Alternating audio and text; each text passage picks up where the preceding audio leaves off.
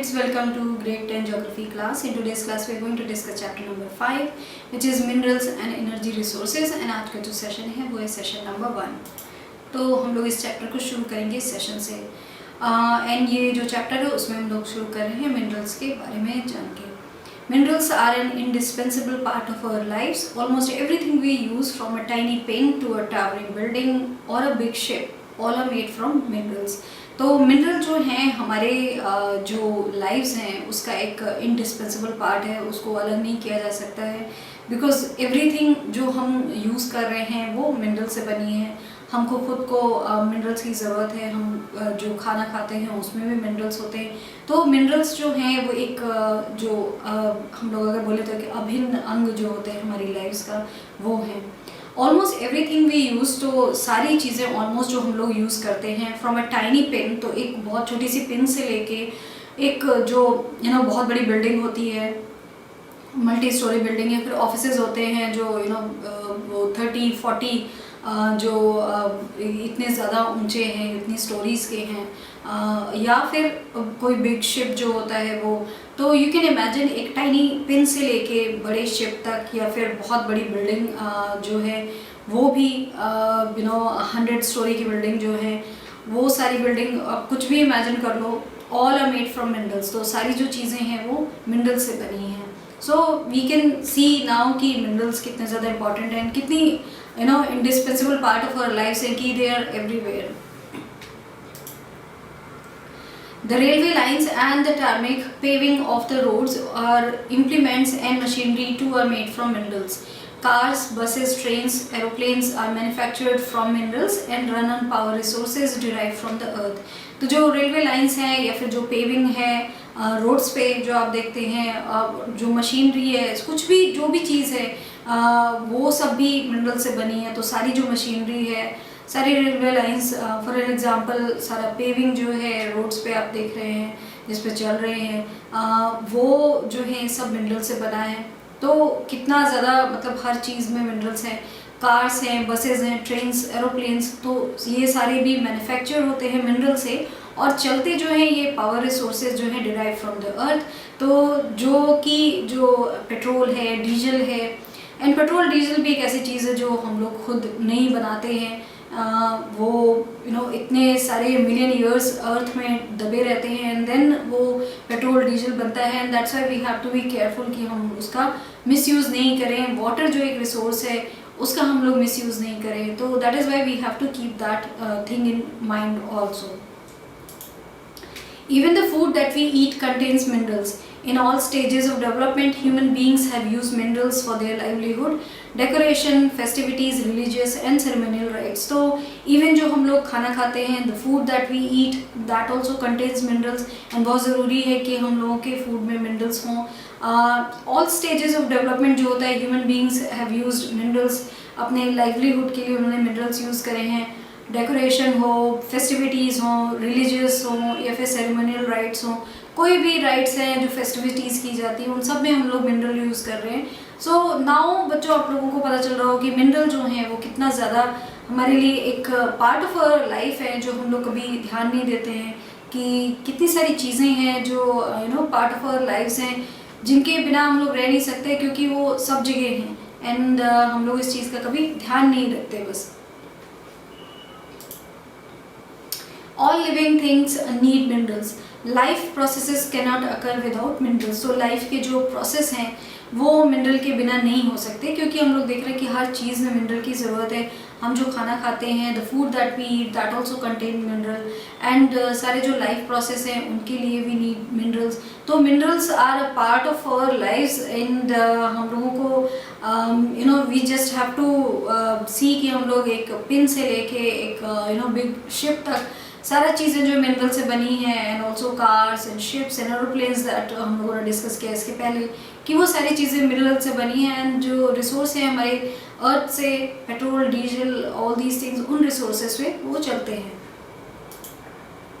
Although our mineral intake represents only about 0.3% of our total intake of nutrients, they are so potent and so important that without them we would not be able to utilize the other 99.7% of the food stuff. तो although जो mineral intake है हमारा that represents only 0.3% of जो सारे हम लोग nutrients लेते हैं वो। तो हम लोग बहुत सारे वेराइटी ऑफ न्यूट्रिएंट्स की अगर हम लोग देखें तो एक ह्यूमन बॉडी की ज़रूरत होती है। We need all those nutrients, सारे न्यूट्रिएंट्स की ज़रूरत है हमको। अगर एक भी ऊपर नीचे हो जाता है तो फिर क्या होता है कि हमें ठीक नहीं लगता है। And that is why doctor जो हैं then they will give you supplements देते हैं कि आपके अंदर जिस चीज़ की कमी है उसको आप सप्लीमेंट कर लें, बाहर से सप्लीमेंट ओरली लेके। So that is what happens. So हमारे जो मिनरल इनटेक है वो केवल रिप्रेजेंट करता है 0.3% of our total intake of जो न्यूट्रिएंट्स होता है। बट वो इतने इंपॉर्टेंट है, इतने ज़रूरी हैं कि जो हमारा अगर जो बचा हुआ 99.7% स्टफ़ है जो न्यूट्रिएंट्स हम लोग ले रहे हैं उसको यूटिलाइज करने के लिए भी हमें मिनरल्स की ज़रूरत है। तो जो 0.3% है मिनरल का पार्ट वो इतना ज़रूरी है कि अगर वो नहीं है तो we would not be able to utilise the other 99.7% of food stuff. तो जो भी हम लोग खाना खा रहे हैं the food stuff that we are eating 99.7% हम लोग उसका यूटिलाइजेशन नहीं कर पाएंगे। सो हम लोग देख रहे हैं यहाँ पे कि मिनरल्स हमारे लिए कितने ज़रूरी हैं। ऑल्दो वो जो हमारे न्यूट्रिएंट्स का पार्ट है वो बहुत कम है, एक टाइनी पार्ट है 0.3%। अगर हम लोग वैसे देखें तो वो बहुत कम है, बट वो इतने ज़्यादा ज़रूरी है कि 99.7% को यूटिलाइज करने के लिए वो 0.3% बहुत ज़रूरी है। Now what is a mineral? Geologists define mineral as a homogeneous naturally occurring substance with a definable internal structure। तो जियोलॉजिस्ट जो हैं वो उनके अनुसार जो जिस तरीके से उन्होंने मिनरल को डिफ़ाइन किया है वो ये है कि मिनरल जो है वो होमोजेनस नेचुरली अकरिंग सब्सटेंस है with a definable internal structure. तो वो एक नेचुरल अकरिंग सब्सटेंस है, वो हम लोग कुछ बना नहीं रहे हैं, हम लोग अपने खाने में जो है वो खा रहे हैं। तो नेचुरली अकर होता है सब्सटेंस एंड उसका डिफाइनेबल जो इंटरनल स्ट्रक्चर है वो एक डिफाइनेबल इंटरनल स्ट्रक्चर है। Minerals are found in varied forms in nature ranging from the hardest diamond to the softest talc। तो मिनरल्स जो हैं वो वेरिड फॉर्म्स में मिलते हैं। अगर हम लोग देखें कि किस किस फॉर्म में मिलते हैं, कहाँ कहाँ मिलते हैं, तो वेरिड फॉर्म्स में मिलते हैं नेचर में। We can found them in varied forms in nature. वो रेंज करते हैं फ्रॉम हार्डेस्ट डायमंड जो है from there to the softest talc जो होता है, जो एक पाउडर है जो आप यूज़ करते हैं, पाउडर जैसा जो चीज़ होगी वो भी, उससे लेके हार्डेस्ट, अगर जो सबसे ज़्यादा हार्डेस्ट है वो डायमंड है, तो डायमंड से लेके सॉफ्टेस्ट टार्क का जो सारी चीज़ें हैं वो इस तरीके से वो रेंज करता है from varied forms. Rocks are combinations of homogenous substances called minerals. तो जो रॉक्स हैं वो कॉम्बिनेशन है होमोजेनस सब्सटेंसेस का जिसको बोलते हैं मिनरल्स। तो रॉक्स भी हैं जो मिनरल्स से ही बने होते हैं। Some rocks, for instance limestone, consist of a single mineral only, but majority of rock consist of several minerals in varying proportion। तो कुछ जो रॉक्स हैं, फॉर इंस्टेंस अगर हम लोग लाइमस्टोन की बात करें तो limestone is a rock that consist of only single mineral. तो उसमें एक केवल सिंगल मिनरल है, बट मेजॉरिटी ऑफ जो रॉक्स होते हैं उसमें सेवरल काइंड्स ऑफ मिनरल्स होते हैं एंड वो ऑल्सो वो होते हैं वेरिंग प्रोपोर्शन में। So it's not that there is a definite proportion कि इसी प्रोपोर्शन में बनेगा then it will be a rock. They could be in varying proportions. Although over 2000 minerals have been identified, only a few are abundantly found in most of the rocks। Although जो minerals हैं वो over 2000 minerals हैं वो identify किए गए हैं, but only few जो हैं वो abundantly, जो अगर हम लोग देखें कि ज़्यादा मात्रा में जो मिलते हैं या पाए जाते हैं वो केवल few of the minerals हैं जो पाए जाते हैं, but जो identify किए गए हैं वो over 2000 minerals हैं।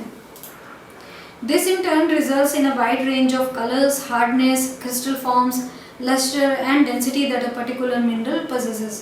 Geologists use these properties to classify the minerals। This in turn जो है वो result करता है wide range of जो colors हैं, hardness है, crystal forms है। तो it could be different in colors, hardness, crystal forms जो है, luster है, density है। तो ये सारी चीज़ें all the minerals can have a particular mineral जो है उसका different हो सकता है।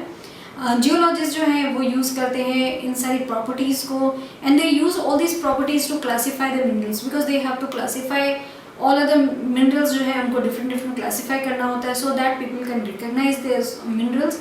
एंड ओवर 2000 मिनरल्स जो है आइडेंटिफाई किए जा चुके हैं। तो जियोलॉजिस्ट ये प्रॉपर्टी जो सारी हैं, colour, hardness, crystal form and all these properties जो हैं, geologist use all these properties to classify the minerals. तो वो इन सारी प्रॉपर्टीज़ को किस में क्या ज़्यादा है, किस में क्या कितना है, तो ये देख के दैट दे डिसाइड कि कौन सा मिनरल है जिससे वो आइडेंटिफाई कर सकें। So that's all we have discuss in this session about minerals, and minerals क्या हैं उसके बारे में हम लोगों ने डिस्कस किया, and how minerals are an indispensable part of our lives. हम लोग इफ वी सी एक टाइनी पिन से लेके एक बिग शिप तक, everything is made of minerals, and the food we eat that is also having minerals, but it's only at very tiny part. अगर हम लोग देखें तो 0.3%, बट वो 0.3 जो है वो बहुत ज़रूरी है for the rest of the things to get utilized. So this is all that we have discussed in this session. Thank you.